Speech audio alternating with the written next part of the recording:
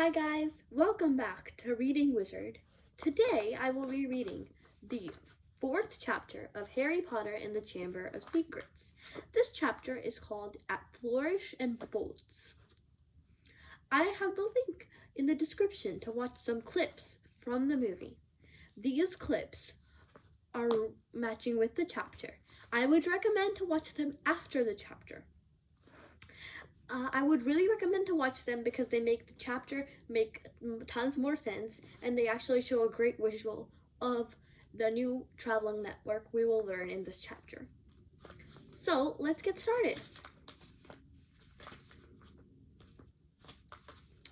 At Flourish and Bolts. Life at the Burrow was different as possible from life at Privet Drive. The Dursleys liked everything neat and ordered. The Weasleys' house burst with strange and unexpected. Harry got a shock the first time he looked in the mirror over the kitchen mantelpiece and it shouted, "Tuck your shirt in, Scruffy!"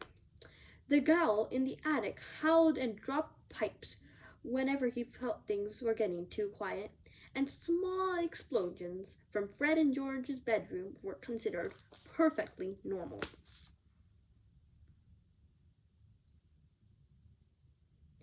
What Harry found the most unusual about life with Ron, however, wasn't taking the mirror or the clanking ghoul.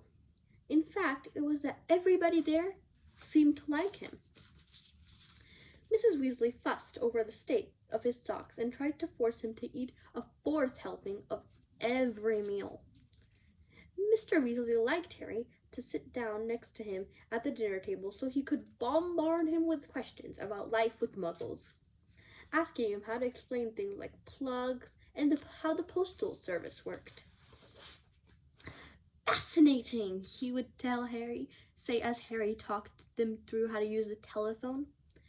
"Ignatius, really, how many ways Muggles have found to get along without magic." Harry heard from Hogwarts one sunny morning about a week after he had arrived at the Burrow. He and Ron went down to breakfast to find Mr. and Mrs. Weasley and Jenny already sitting at the kitchen table. The moment she saw Harry, Jenny accidentally knocked the porridge bowl to the floor with a loud clatter. Jenny seemed very prone to knocking things over whenever Harry entered a room. She dived under the table to retrieve the bowl and emerged with her face glowing like the setting sun. Pretending he hadn't noticed this, Harry sat down and took the toast Mrs. Weasley offered him. "Letters from school," said Mr. Weasley, passing Harry and Ron identical envelopes of yellowish parchment, addressed in green ink. "Dumbledore knows you're here, Harry. Doesn't miss a trick, that man. You've got two of them, too," he added as Fred and George ambled in, still in their pajamas. For a few minutes there was silence as they all read their letters. Harry's told him to catch the Hogwarts Express, as usual, from King Cross Station on September 1st. There was also a list of new books he'd need for the upcoming year. Second-year students will require the Standard Book of Spells, Grade 2, by Mindara Golshock. Break with the Banshee by Gilderoy Lockhart.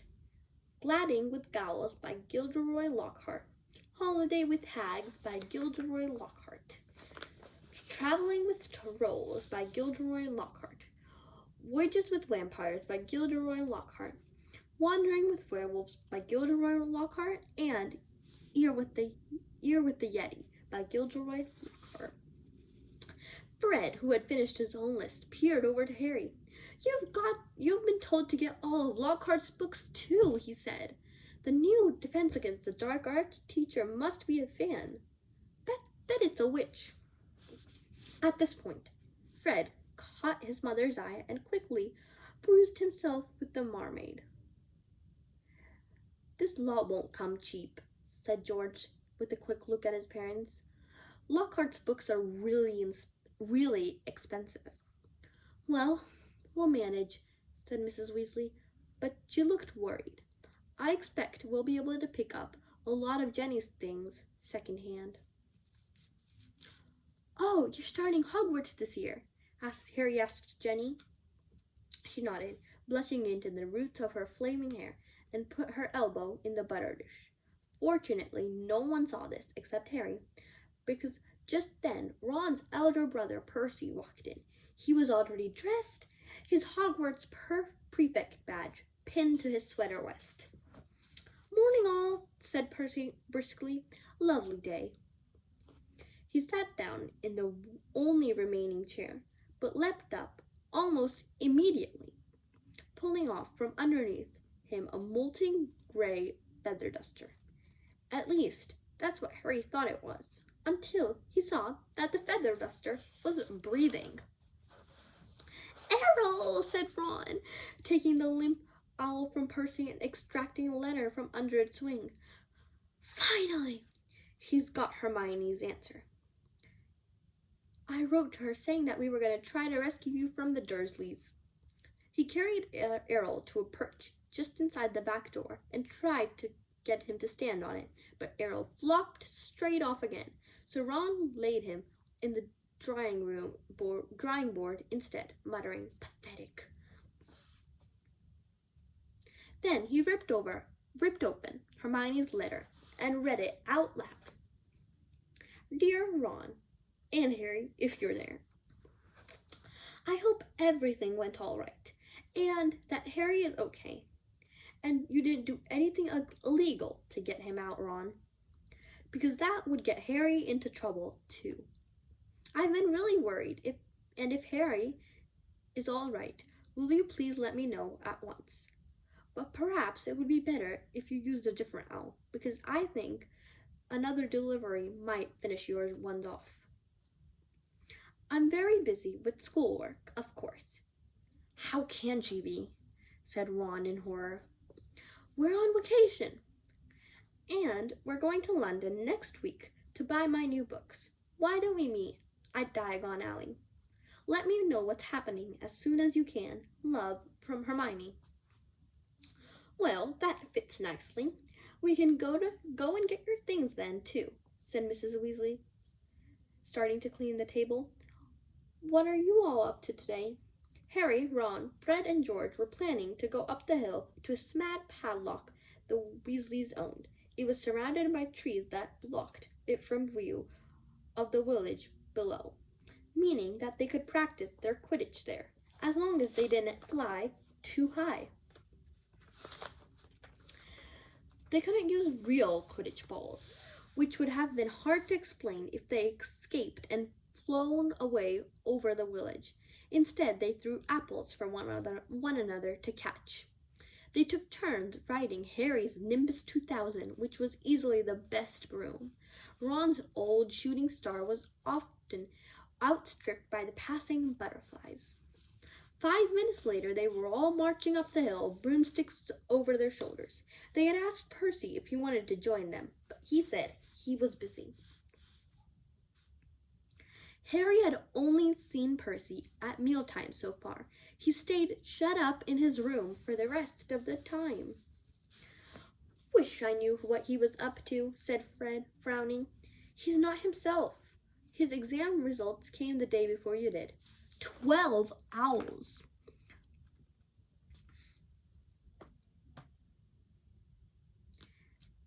And he hardly gloated at all. Ordinary wizarding levels. Owls are ordinary wizarding levels," said George. George explained, seeing Harry's puzzled look. "Bill got 12 too. If you're not careful, we'll have another head boy in the family. I don't think we could stand the shame." Bill was the oldest Weasley brother. He and the next brother, Charlie, had already left Hogwarts. Harry had never met either of them, but he knew that Charlie was in Romania studying dragons, and Bill in Egypt working for the Wizards' Bank, Gringotts. Don't know how Mom and Dad are going to afford all our school stuff this year, said George after a while. 5 sets of Lockhart books. And Jenny needs robes, wand, and everything. Harry said nothing.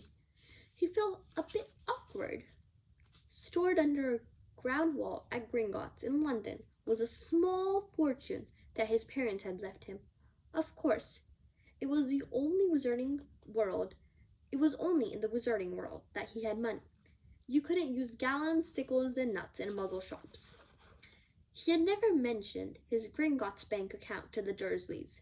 He didn't think their horror of anything connected with magical world would stretch to a large pile of gold. Mrs. Weasley woke them all early the following Wednesday, after a quick 6 bacon sandwiches each. They pulled on their coats, and Mrs. Weasley took out a flower pot off the kitchen mantel and peered inside. We're running low, Arthur, she sighed. We'll have to buy some more today. Ah well, guests first. After you, Harry, dear. She offered him the flower pot. Harry stared at them. All of them were watching him. What am I supposed to do? He stammered. He's never traveled by the Floo powder, said Ron suddenly. Sorry, Harry, I forgot. Never? Said Mr. Weasley. But how did you get to Diagon Alley last year to buy your school things? I went underground. Really? Said Mr. Weasley eagerly. Were there expaters? How exactly did you do it? Not now, Arthur, said Mrs. Weasley. Floo powder is a lot quicker, dear. But for goodness me, if you've never used it before. He'll be all right, Mom, said Fred. Harry, watch us first. He took a pinch of glittering powder out of the flower pot, stepped up to the fire, and threw the powder inside the flames. With a roar, the fire turned emerald green and rose higher than Fred, who stepped right inside it and shouted, Diagon Alley, and vanished. You must speak clearly, dear, said Mrs. Weasley told Harry, as George dipped his hands into the flower pot, and be sure you get out at the right grate. The right what? Said Harry nervously, as the fire roared and whipped George out of sight too. Well, there's an awful lot of wizard fires to choose from, you know, but as long as you've spoken clearly. He'll be fine, Molly, don't fuss, said Mr. Weasley, helping himself to a Floo powder too. But dear, if he gets lost, we won't be able to explain to his aunt and uncle. They won't mind, Harry reassured her. Dudley would think it's a brilliant joke if I got lost up in a chimney. Don't worry about that. Well, all right. You go after Arthur, said Mrs. Weasley. Now, when you get into the fire, say where you're going. And keep your elbows tucked in, Ron advised. And your eyes shut, said Mrs. Weasley. The suit. Don't fidget, said Ron. Or you might as well fall into the wrong fireplace. But don't panic and get out too early. Wait until you see Fred and George. Trying hard to bear this all in his mind, Harry took a pinch of Floo powder and walked to the edge of the fire. He took a deep breath, scattered the Floo powder into the flames, stepped forward. The fire felt like a warm breeze. Then he opened his mouth and immediately swallowed a lot of hot ash. Diagon Alley, he coughed. It felt though he was being sucked down in a giant drain. He seemed to be spinning very fast. The roaring in his ears were deafening.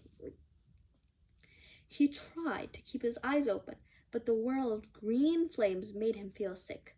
Something hard knocked his elbow, and he tucked it in tightly.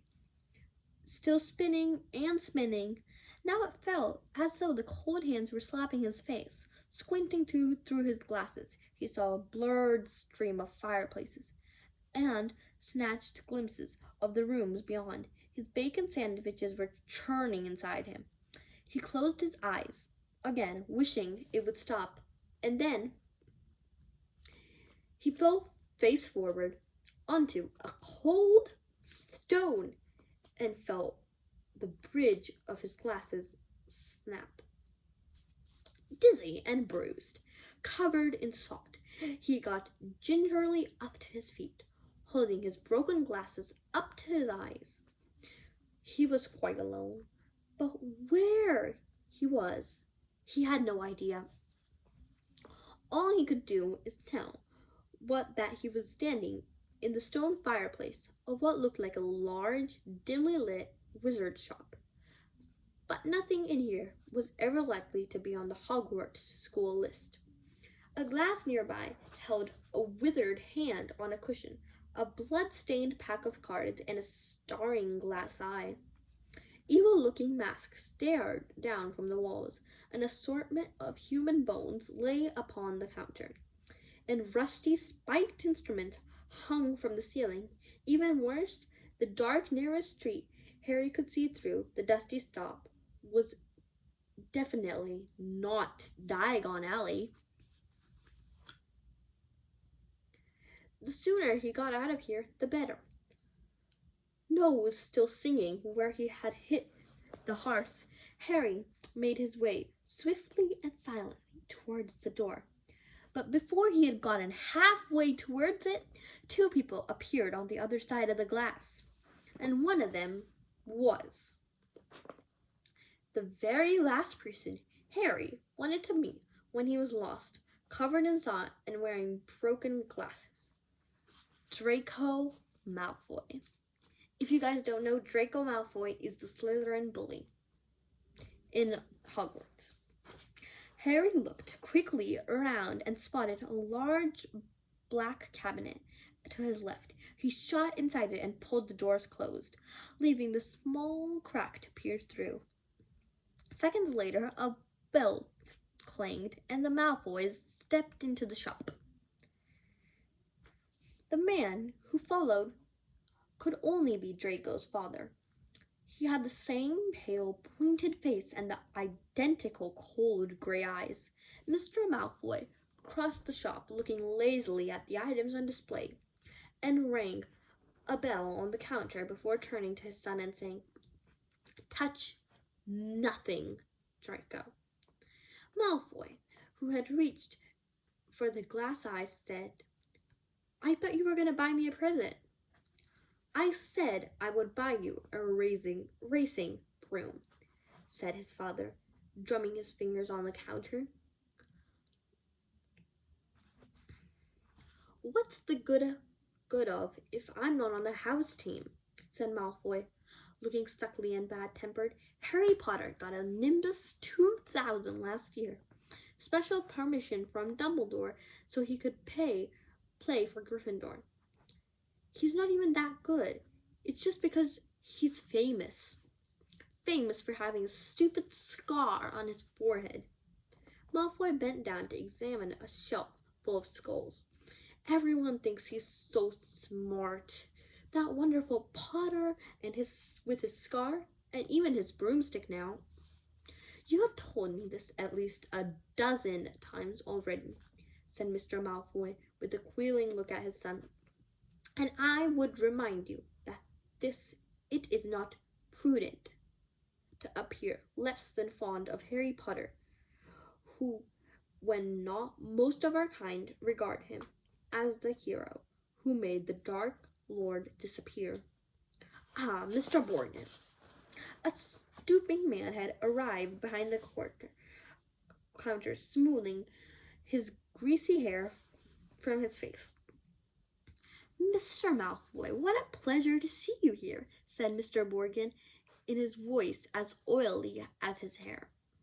"Delighted, and young Mr. Malfoy too. Charmed.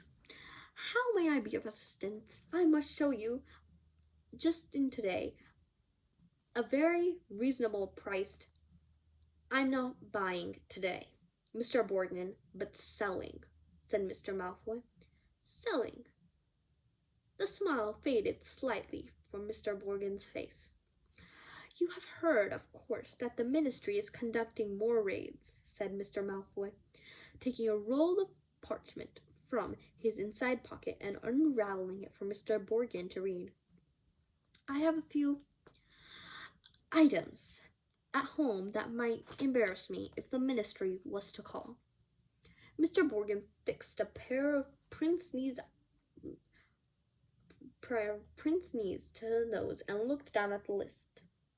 "The Ministry wouldn't presume to trouble you, sir, surely?" Mr. Malfoy's lip curled. "I've not been visited yet. The name Malfoy still commands a certain respect. Yet the Ministry grows even more meddlesome. There are rumors about a new Muggle Protection Act. No doubt that's flea-bitten. Muggle-loving fool Arthur Weasley is behind it." Harry felt a huge surge of anger. "And you see, certain of these poisons might take it up here." "I understand, sir, of course," said Mr. Borgin. "Let me see." "Can I have that?" interrupted Draco, pointing to the withered hand on the cushion. "Ah, the hand of glory," said Mr. Borgin, abandoning Mr. Malfoy's list and scurrying over to Draco. "Insert a candle and it gives light only to the holder. Best friend of thieves and plunderers. Your son has a fine taste, sir."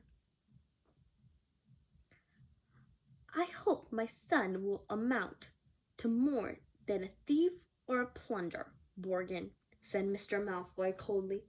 And Mr. Borgin said quickly, "No offense, sir, no offense meant.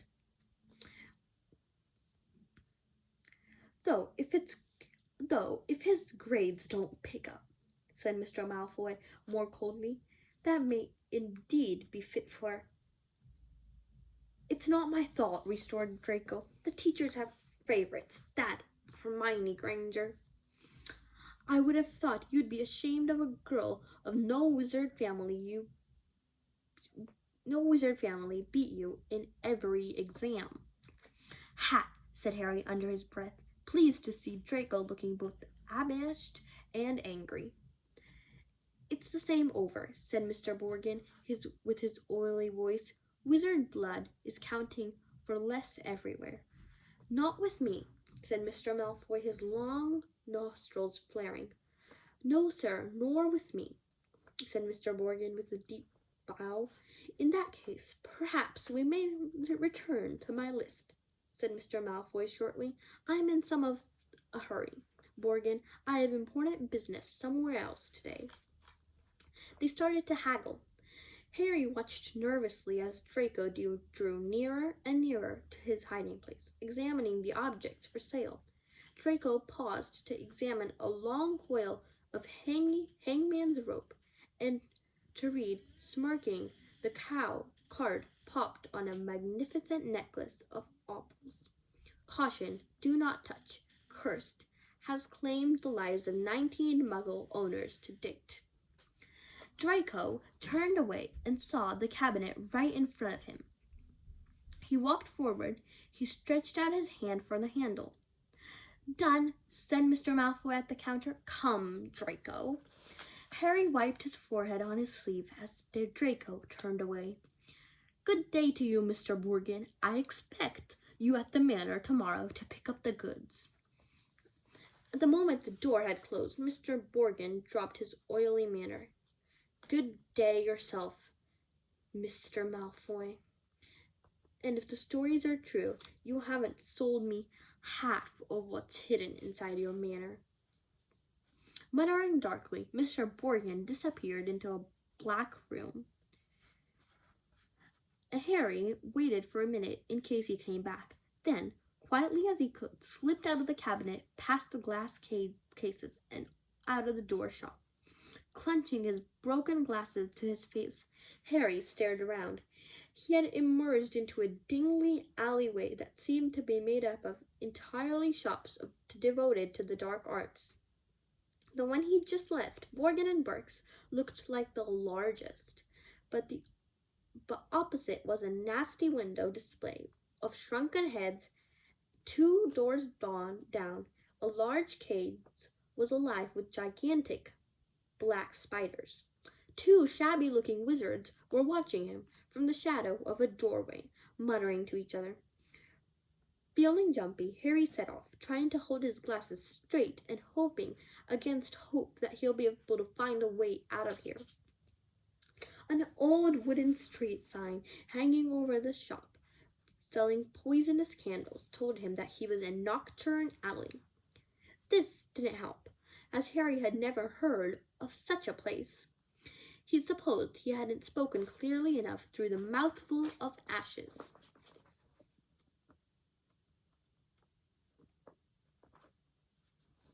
Back in the Weasley's fire, trying to stay very calm, he wondered what to do. "Not lost, are you, my dear?" said a voice in his ear, making him jump.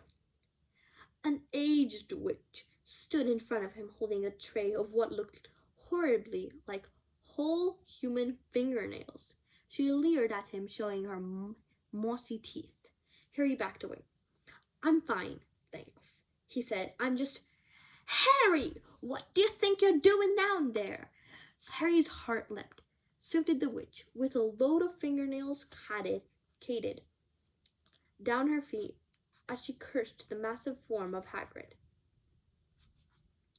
The Hogwarts gamekeeper came striding towards him, beetle black eyes flashing over his great bristling beard. "Hagrid!" Harry croaked in relief. "I was lost. Flu powder."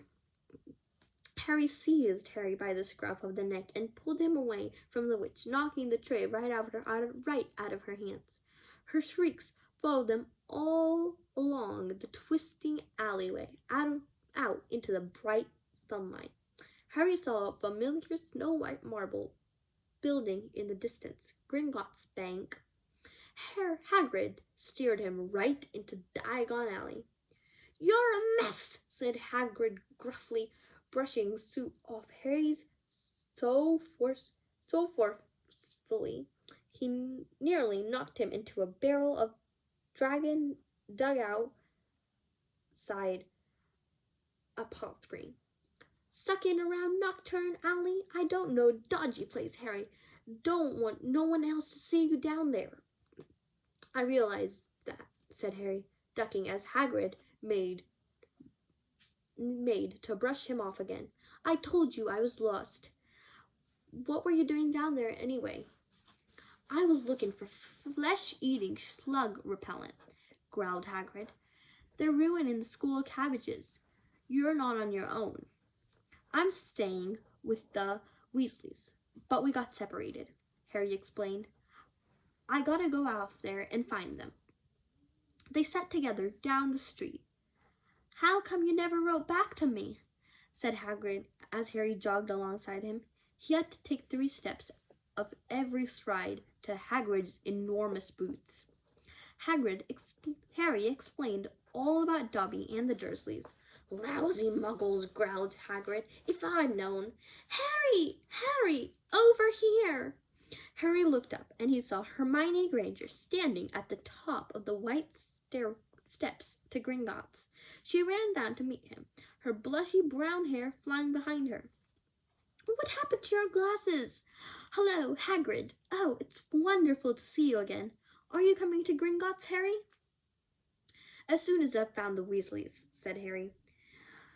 "You won't have long to wait," said Hagrid with a grin. Harry and Hermione looked around. Sprinting up the crowded streets were Ron, Fred, George, Percy, and Mr. Weasley. "Harry," Mr. Weasley panted, "we'd hoped you'd only gone great too far." He mopped glistening bad patch. "Molly, frantic. She's coming now." "Where'd you go?" Ron asked. "Nocturne Alley," said Hagrid grimly. "Excellent," said Fred and George together. "We've never been allowed in," said Ron enviously. "I should ruddy well think not," growled Hagrid. Mrs. Weasley now came galloping into view, her handbag swinging wildly in one hand. Jenny just clinging on to the other.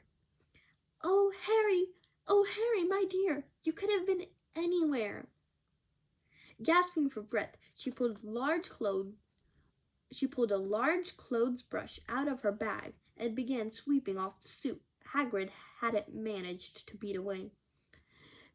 Mr. Weasley took Harry's glasses, gave them a tap of his wand, and returned them, good as new.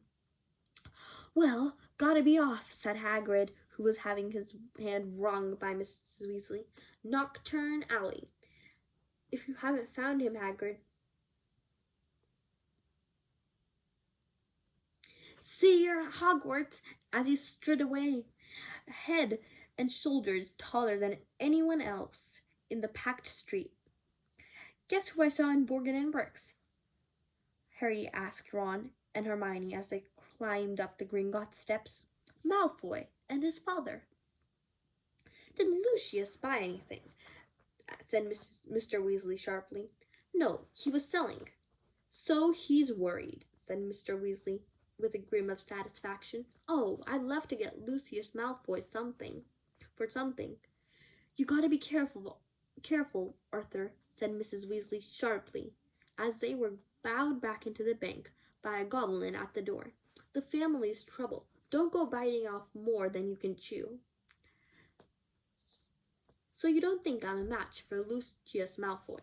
said Mr. Weasley indignantly, but he was so distracted almost by once at the sight of Hermione's parents, who were standing nervously at the counter, that he ran along the great marble hall, waiting for Hermione to introduce them. "But you're muggles," said Mr. Weasley delightedly. "We must have a drink."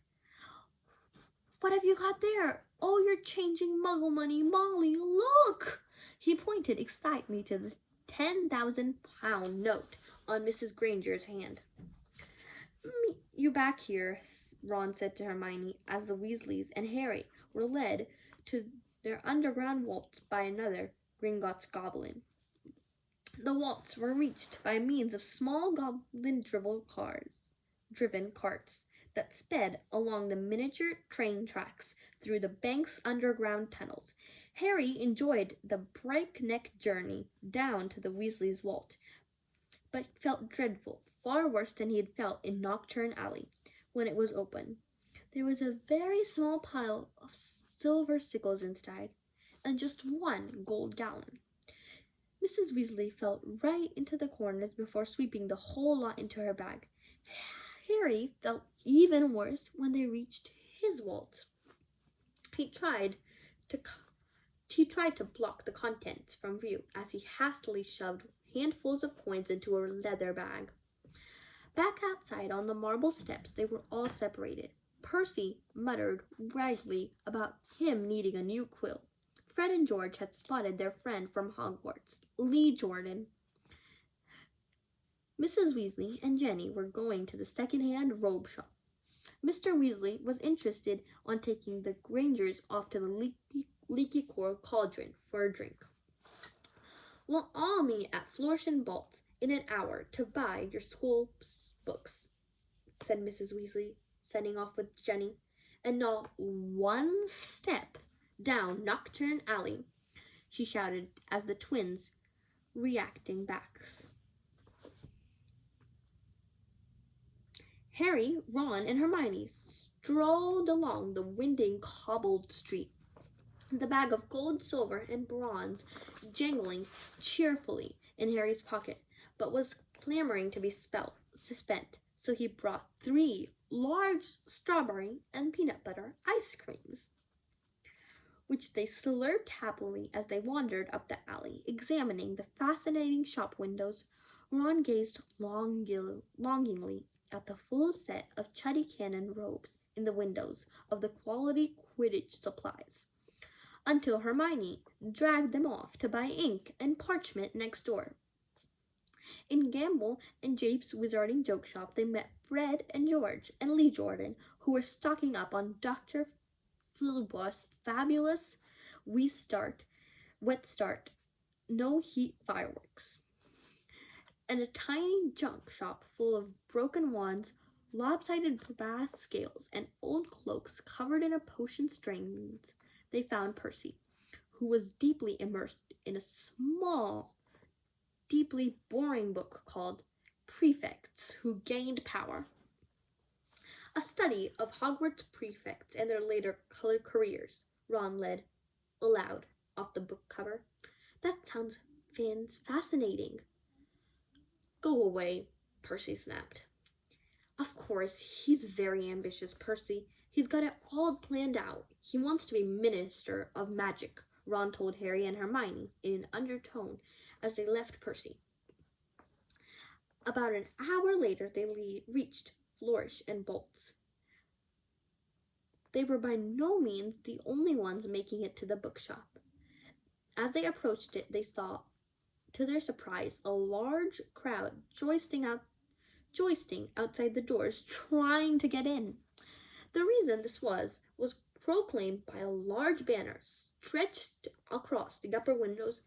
Gilderoy Lockhart will be signing copies of his autobiography, Magical Me, today from 12:30 p.m. to 4:30 p.m. We can actually meet him, Hermione squealed. I mean, he's written almost the whole book list. The crowd seemed to be made up of mostly witches around Mrs. Weasley's age. A harassed-looking wizard stood at the door saying, "Calmly, please, ladies, don't push. There, mind the books now." Harry, Ron, and Hermione squeezed inside. A long line wound right to the back of the shop, where Gilderoy Lockhart was signing his books. They each grabbed a copy of the Standard Book of Spells, Grade 2, and sneaked up the line to where the rest of the Weasleys were standing with Mr. and Mrs. Granger. "Oh, there you are. Good," said Mrs. Weasley. She sounded breathless and kept patting her hair. "We'll be able to see him in a minute." Gilderoy Lockhart came slowly into view, seated in a table, surrounded by large pictures of his own face, all winking and flashily dancing white teeth at the crowd. The real Lockhart was wearing robes of forget-me-not blue that exactly matched his eyes. The pointed wizard's hat was set on a jaunty angle on his wavy hair. A short, irritable-looking man was dancing around, taking photographs with large black camera that emitted puffs of purple smoke with every flash. "Out of the way there!" he snarled at Ron, moving back to get a better shot. "This is for the Daily Prophet." "Big deal," said Ron, rubbing his foot where the photographer had stepped on it. Gilderoy Lockhart heard him. He looked up. He saw Ron, and then he saw Harry. He stared. Then he leapt to his feet and positively shouted, "It can't be Harry Potter!" The crowd parted, whispering excitedly. Lockhart dived forward, seized Harry's arm, and pulled him to the front. The crowd burst into applause. Harry's face burned as Lockhart shook his hand for the photographer, who was clicking away madly, wafting thick smoke over the Weasleys. "Nice big smile, Harry," said Lockhart through his own gleaming teeth. "Together, you and I are worth the front page." When he finally let go Harry's hand, Harry could hardly feel his fingers. He tried to slide back over to the Weasleys, but Lockhart threw an arm around him and his shoulders and clamped him tightly to his side. "Ladies and gentlemen," he said very loudly, waiting for the quiet. "What an extraordinary moment this is! The perfect moment for me to make a little announcement I've been sitting on for some time. When young Harry stepped into Flourish and Bolts today, he only wanted to buy my autobiography, which I shall happily present him now, free of charge." The crowd applauded again. "He had no idea," Lockhart continued, giving Harry a little shake that made his glasses slip to the end of his nose, "that he would surely be getting much, much more than my book, Magical Me. He and his schoolmates will in fact be getting the real magical me. Yes, ladies and gentlemen, I have great pleasure and pride in announcing that this September I will be taking the post of Defense Against the Dark Arts teacher at Hogwarts School of Witchcraft and Wizardry. The crowd cheered and clapped. Harry found himself being presented with the entire works of Gilderoy Lockhart. Straggling slightly under the weight, he managed to make his way out of the limelight to the edge of the room, where Jenny was standing next to her new cauldron. You can have these, he mumbled to her, tipping the books into her worn cauldron. I'll buy my own. Bet you loved that, didn't you, Potter? Said a voice Harry had no trouble recognizing. He straightened up and found himself face to face with Draco Malfoy, who was wearing his usual sneer. Famous Harry Potter, said Malfoy. Can't even go into a bookshop without making the front page. Leave him alone. He didn't want all that, said Jenny. It was the first time she'd spoken in front of Harry. She was glaring at Malfoy. Potter, you've got yourself a girlfriend, drawled Malfoy. Jenny went scarlet as Ron and Hermione fought their way over, both clenching the stacks of Lockhart's books. Oh, it's you, said Ron, looking at Malfoy as if he were something unpleasant on the sole of his shoe. Bet you're surprised to see Harry here, eh? Not as surprised as I'm I am to see you in a shop, Weasley, restored Malfoy. I suppose your parents will go hungry for a month to pay for all those. Ron went red as Jenny. He dropped his books into the cauldron too and stared toward Malfoy, but Harry and Hermione grabbed the back of his jacket. Ron, said Mr. Weasley, struggling over with Fred and George. What are you doing? It's too crowded here. Let's go outside. Well, Arthur Weasley. It was Mr. Malfoy. He stood with his hand on Draco's shoulder, sneering the same way. Lucius, said Mr. Weasley, nodding coldly. Busy time at the ministry, I hear, said Mr. Malfoy. All those raids. I hope they're paying you overtime. He reached into Jenny's cauldron and extracted from the amid glossy Lockhart books a very old, battered copy of A Beginner's Guide to Transfiguration. Obviously not, Mr. Malfoy said. Dear me, what is the use of being a disgrace to the name of a wizard if they don't even pay you well for it? Mr. Weasley flushed darker than either Ron or Jenny. We have a very different idea of what disgraces the name of a wizard, Mr. Malfoy, he said. Clearly, said Mr. Malfoy, his pale eyes straying to Mr. and Mrs. Granger, who were watching him apprehensively. The company you keep, Weasley, and I thought your family could sink no lower. There was a thud of metal as Jenny's cauldron went flying. Mr. Weasley had thrown himself at Mr. Malfoy, knocking him backward into a bookshelf. Dozens of heavy spellbooks came thundering down all their heads. There was a yell of, "Get him, Dad!" from Fred and George, and Mrs. Weasley was shrieking, "No, Arthur, no!" The crowd stampeded backwards, knocking more shelves over. "Gentlemen, please, please," cried the assistant, and then louder than all, "Break up there, gents, break it up." Hagrid was wading towards them through the sea of books. In an instant, he had pulled Mr. Weasley and Mr. Malfoy apart. Mr. Weasley had a cut limp, and Mr. Malfoy had been hit in the eye by an encyclopedia of toadstools. He was still holding Jenny's old Transfiguration book. He thrust it at her, his eyes glittering with mouse. "Here, girl, take your book, the best your father can give you." Pulling himself out of Hagrid's grip, he beckoned to Draco and swept from the shop. "You should have ignored him, Arthur," said Hagrid, almost lifting Mr. Weasley off his feet as he straightened his robes. Rotten terrorcore, the whole family, everyone knows that. No Malfoy is worth listening to. Bad blood, that's what it comes.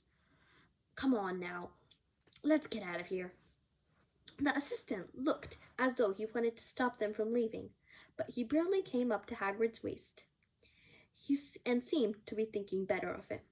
They hurried up the street, the Grangers shakingly with fright, and Mrs. Weasley beside herself with fury. A fine example to set for your children. Growling in public, what Gilderoy Lockhart must have thought. He was pleased, said Fred. Didn't you hear him? As we were leaving, he was asking that bloke from the Daily Prophet if he'd been able to work the fight into his report. He said it was all publicity. But it was a subdued group that headed back to the fireside in the Leaky Cauldron, where Harry, the Weasleys, and all their shopping would be traveling back to the Burrow using Floo powder. They said goodbye to the Grangers, who were leaving for the pub at the Muggle Street on the other side. Mr. Weasley stayed to ask them how buses worked, but stopped quickly as the look on Mrs. Weasley's face. Harry took off his glasses and put them safely in his pocket before helping himself to Floo powder. It definitely wasn't his favorite way to travel. Wow, that was interesting.